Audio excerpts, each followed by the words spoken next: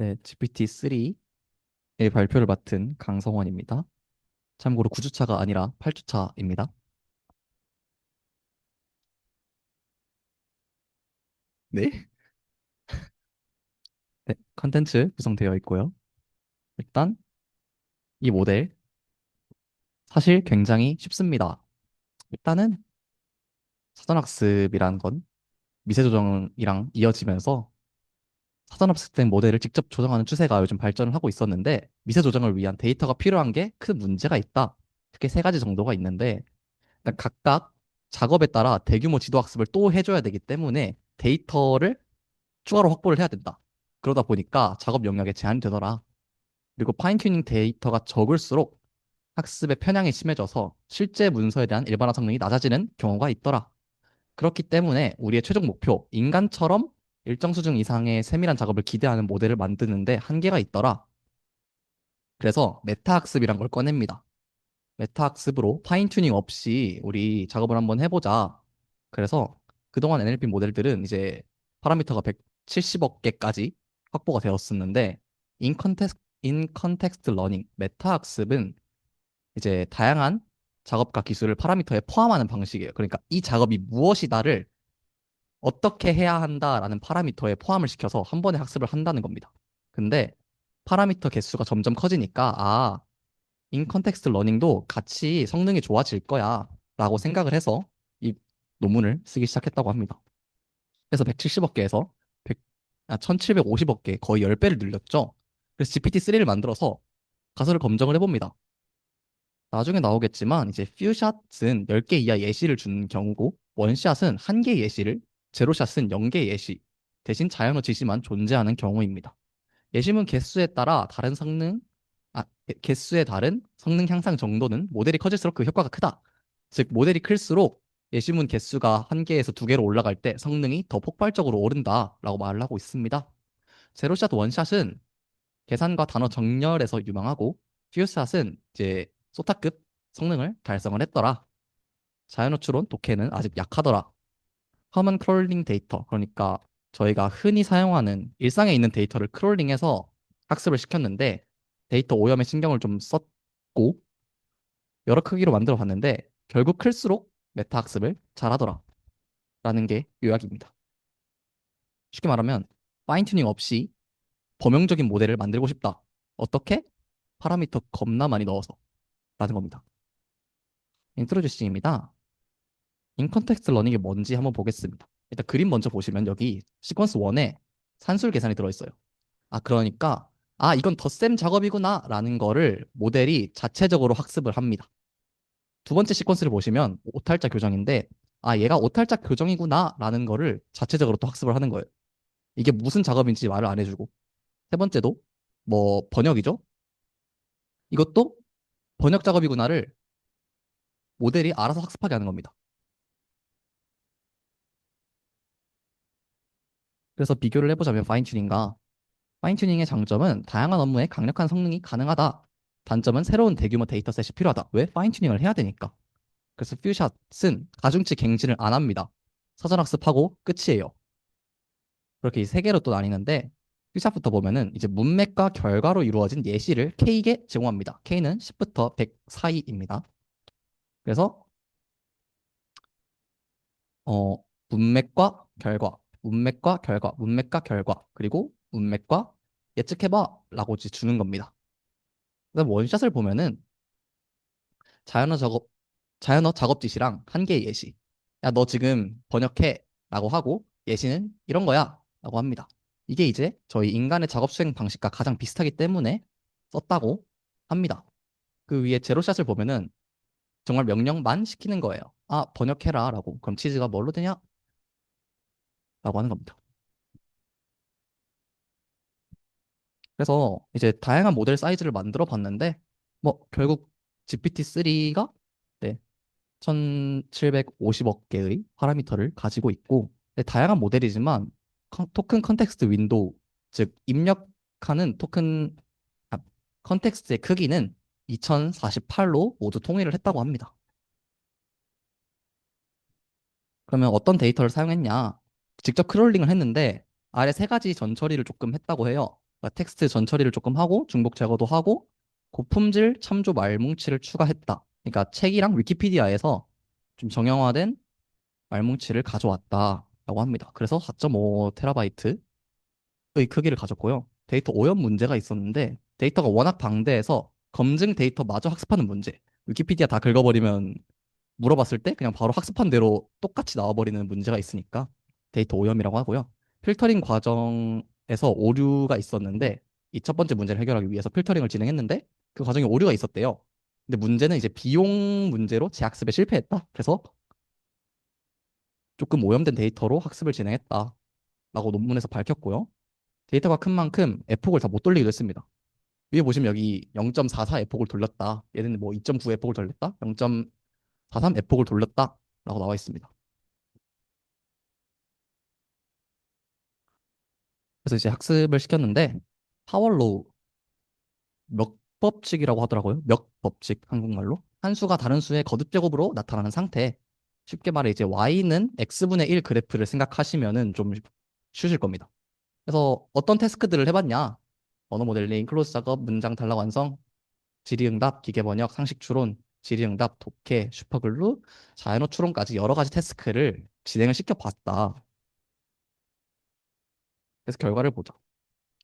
네, PTB에서는 제로샷으로 소타를 달성했고요. 헬라스 웩은 어떤 태스크냐? 이야기, 명령문의 적절한 결말을 선택하는 태스크였고, 소타보다는 낮은 성능이었다. 스토리 클로즈는 5문장으로 된 이야기의 올바른 결말을 선택하는 태스크였는데, 소타보다는 낮지만 괜찮은 성능이었다. 람바다라는 거는 소타를 찍었습니다. 1샷으로요. 그다음 클로즈드 VQA는 광범위한 사실적 지식 기반으로 질의응답을 했다. 퓨샷으로 소타를 달성했다. 트리비아 QA 긴 문서에서 퀴즈 형식의 질문에 대한 정답을 추론했다. 소타를 달성했다.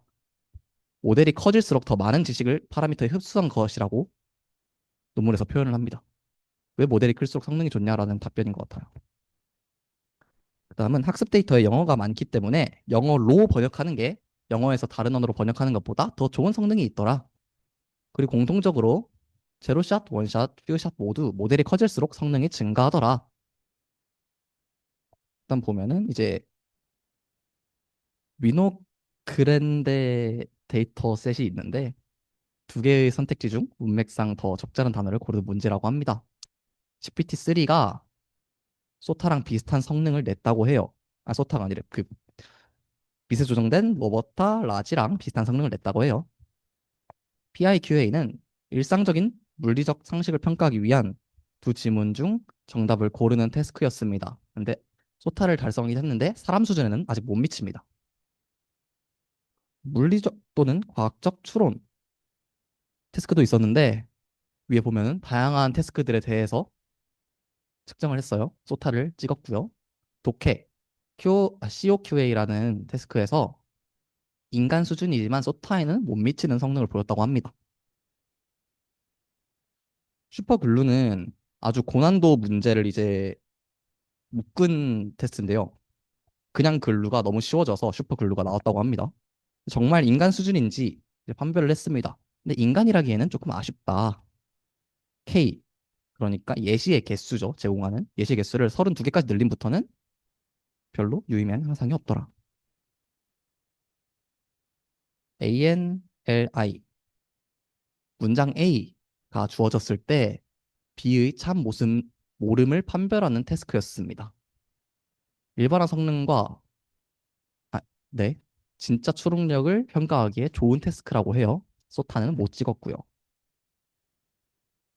산술 연산도 GPT를 봤는데 네, 자릿수별 덧셈 뺄셈 계산했고 두 자릿수 곱셈도 했습니다. 상대적으로 잘합니다.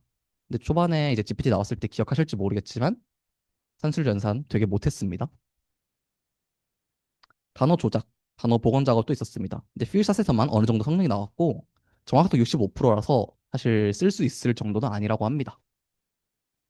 그다음에 SAT 시험에서 다시 선다 문제를 기반하는 태스크가 있었습니다. 정확도 65%.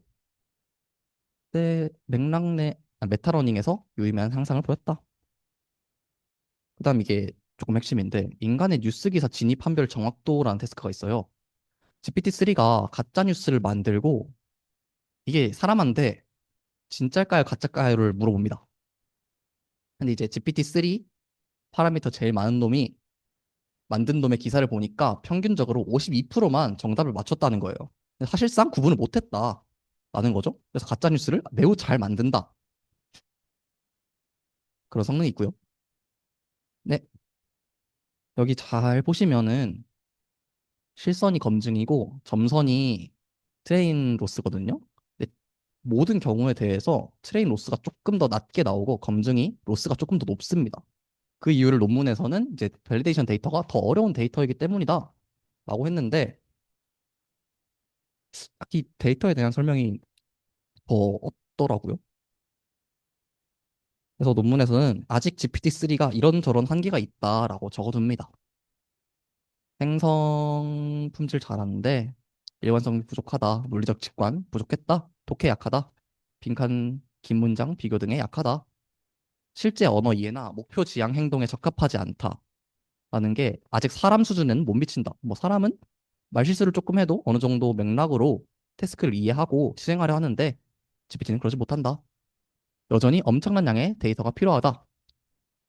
기억하는 것인지 그냥 인식하는 것인지 위키피디아의 예시처럼 불확실하다, 추론 느리다. 제일 중요한 게 편향을 그대로 학습한다라는 것 같아요.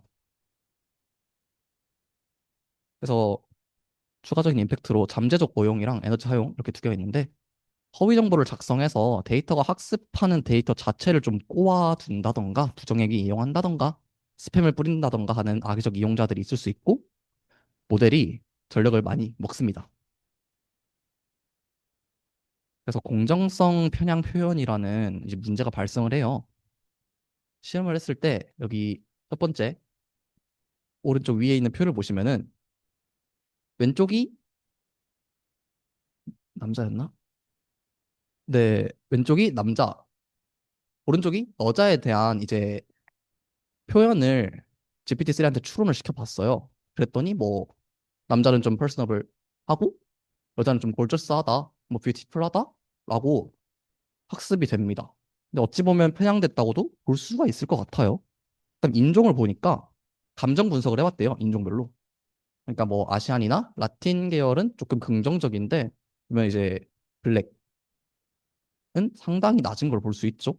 그래서 굉장히 편향되어 있구나. 데이터 자체가 우리가 편향되어 있으면은 그것 자체를 학습하고 편향된 표현을 모델이 학습하고 출력하는구나. 라는 게 있습니다. 뭐 종교도 마찬가지고요. 그래서 의의를 보자면 여러 개의 아주 큰 모델을 제안을 한다. 그래서 다양한 NLP 작업에서 강력한 성능을 보인다. 파인 튜닝 없이 적용할 수 있다. 사회적 역량 및 한계점도 함께 논의를 해봤는데 범용 언어 시스템의 핵심 요소가 될 가능성을 보여주었다. 라는 게 GPT-3였습니다. 감사합니다.